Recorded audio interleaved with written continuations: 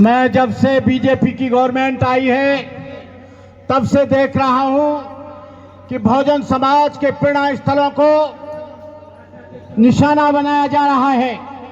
RSS के कहने से, बीजेपी के कहने से ये यही नहीं है, मऊ की धरती पर भी ये इंक्रोचमेंट करना चाहते हैं। दीक्षा भूमि पर भी पूरा का पूरा नेस्त नाबूद इन्होंने कर दिया। और जो 1962 में बाबा साहब की मूर्ति लगी थी, जो समाज के लोगों ने बड़े संघर्ष के साथ लगाई थी, उसको भी इन लोगों ने हटा दिया। मोदी जी, ये सब तुम्हारे इशारे पर हो रहा है और तुम ये मत समझ लेना कि ये आज का आंदोलन है।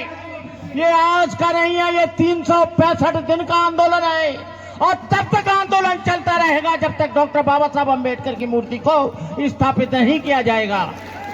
ये बाबा साहब के वो बच्चे हैं जिन्होंने 2 अप्रैल 2018 को 14 बच्चों की इन्होंने बलि दी। और आपको कहना चाहता हूं मैं, जुल्मों सितम की बिजलियां किस पर पड़ी, दलित आंखें किसके ऊपर थी गड़ी, किसकी किरणें देख सूरज था लजीला हो गया, किसके तर्कों से ब्राह्मण पीला हो गया। तुम अछूतों का हकीकी लीडर कौन था, निर्वन्यथों का लीडर कौन था, सच बताओ कौन निद्रा से जगा कर चल दिया, जिसकी मेहनत ने तुम्हें फल दिया। कोट जन को देके समता है पुनर्जीवित किया, मनु कारागार को किसने गिराया, बोली हुए कौन था, जिसने तुम्हारी गुलामी की दास्ता की बेड़ियों को काटा, जिन्होंने तुमको शिक्षा का अधिकार दिया, जिन्होंने तुमको कपड़े पहनने का अधिकार दिया, जिन्होंने तुमको पानी पीने का अधिकार दिया, आज उस मूर्ति को हटा दिया गया। ये लोग लगातार अंबेडकरी भावनाओं को आहत कर रहे हैं। समता सैनिक दल उसके लिए लगातार प्रयास कर रहा है, भारतीय बौद्ध महासभा कर रही है, सारे ही संगठन कर रहे हैं। लेकिन मुझे अफसोस है, जो डॉक्टर अंबेडकर के नाम पर सत्ता में आते हैं, जो प्रधानमंत्री बनते हैं, गृह मंत्री बनते हैं, जो संसद सदस्य बनते हैं, विधायक बनते हैं, बाबा साहब अंबेडकर ने विधायिका में रिजर्वेशन दिया था। लेकिन ये 135 बेईमान लोग ये केवल वोट लेकर जब सीट से आते हैं, लेकिन ये समाज की बात नहीं करते। ये लोग बड़े धोखेबाज हैं, इनसे सावधान रहना। मैंने कल एक पार्टी वाले से कहा, जो बहुजन समाज की बात करती है, बहुजन समाज के महापुरुषों की बात करती है, उन्होंने कहा हम नहीं जाएंगे।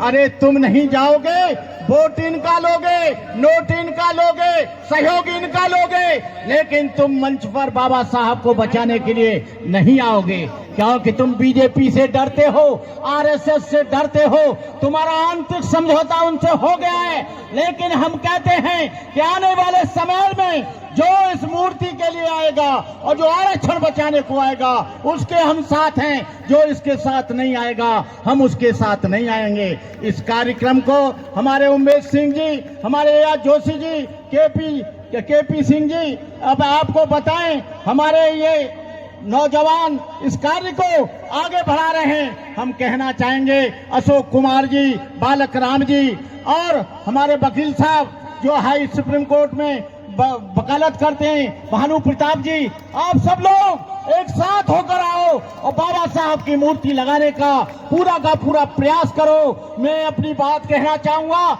इस आंदोलन में कोई कायर और बुज़दिल आदमी नहीं आए, वो आए जो बाबा साहब के नाम पर अपना सब कुछ कुर्बान करने के लिए तैयार है। साथ हमारे वह आवे जिसको न किसी का गम होवे, नहीं खुशी हो मिलने की, ना खाने का मातम होवे, चाहे सूरज आग उगलता हो, सर्द भरी शबनम होवे, दर्द भरी शबनम होवे, नहीं खौफ सीने में हो, ना जोश में जिसके गम होवे, बांका शेर बबर होवे, हिम्मत में आजम होवे, लगा हो ताने बाने में मखलूक जब होवे, मसावात का चश्मा हो, सत्य का जामे जम होवे, साथ हमारे वह आवे जिसको न किसी का गम होवे।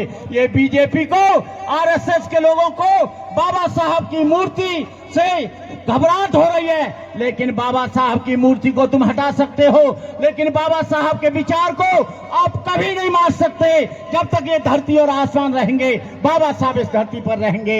इन्हीं शब्दों के साथ मैं अपनी बात समाप्त करते हुए, अपने अथक परिश्रम से लिखित भारत का संविधान दिया, स्त्री और अछूतों को समता शक्ति सम्मान दिया। जब तक है ये चांद सितारे, जब तक है धरती अंबर, भारत ऋणी रहेगा, उसका अमर रहेगा अंबेडकर। जय भीम, जय भारत, नमो बुद्धाय। धन्यवाद, धन्यवाद, धन्यवाद। अब मैं नेपाल सरकार के पूर्व केंद्रीय मंत्री